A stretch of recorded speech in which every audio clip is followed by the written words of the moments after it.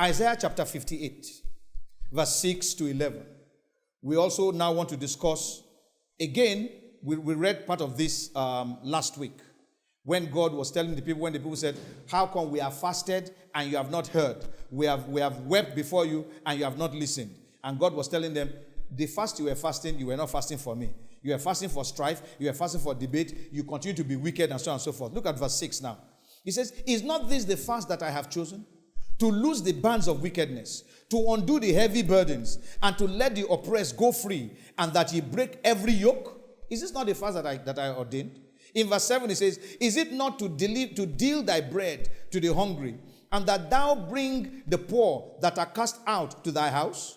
When thou seest the naked, that thou cover him, and that thou hide not thyself from thine own flesh? Now look at verse 8.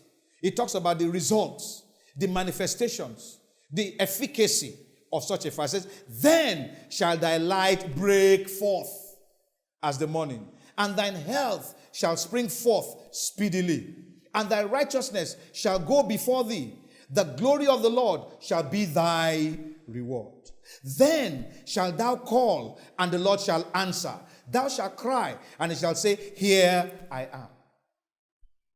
If thou take away from the midst of thee the yoke, the putting forth of the finger, and speaking vanity. If you do what is right, if you conduct yourself in the right manner, you are going to begin to see God doing things. You will pray, you will get immediate answers. You will ask, and you will receive results. In verse 10, it continues, it says, and if thou draw out thy soul to the hungry, if your soul goes to the hungry, and satisfy the afflicted soul, God is saying, as long as you say you are fasting and you are still selfish, forget it. How can you fast and you are selfish? How can you fast and you are self-centered and self-focused? I take it again, verse 10. And if thou draw out thy soul to the hungry and satisfy the afflicted soul, then shall thy light rise in obscurity and thy darkness be as the noonday. You will not need to be throwing banners everywhere. Even when you are in a hidden place, God will cause men to hear about you. And whatever it is that had hidden you, God will remove it, and you'll begin to be known. Not known for your own sake, but known for the sake of God.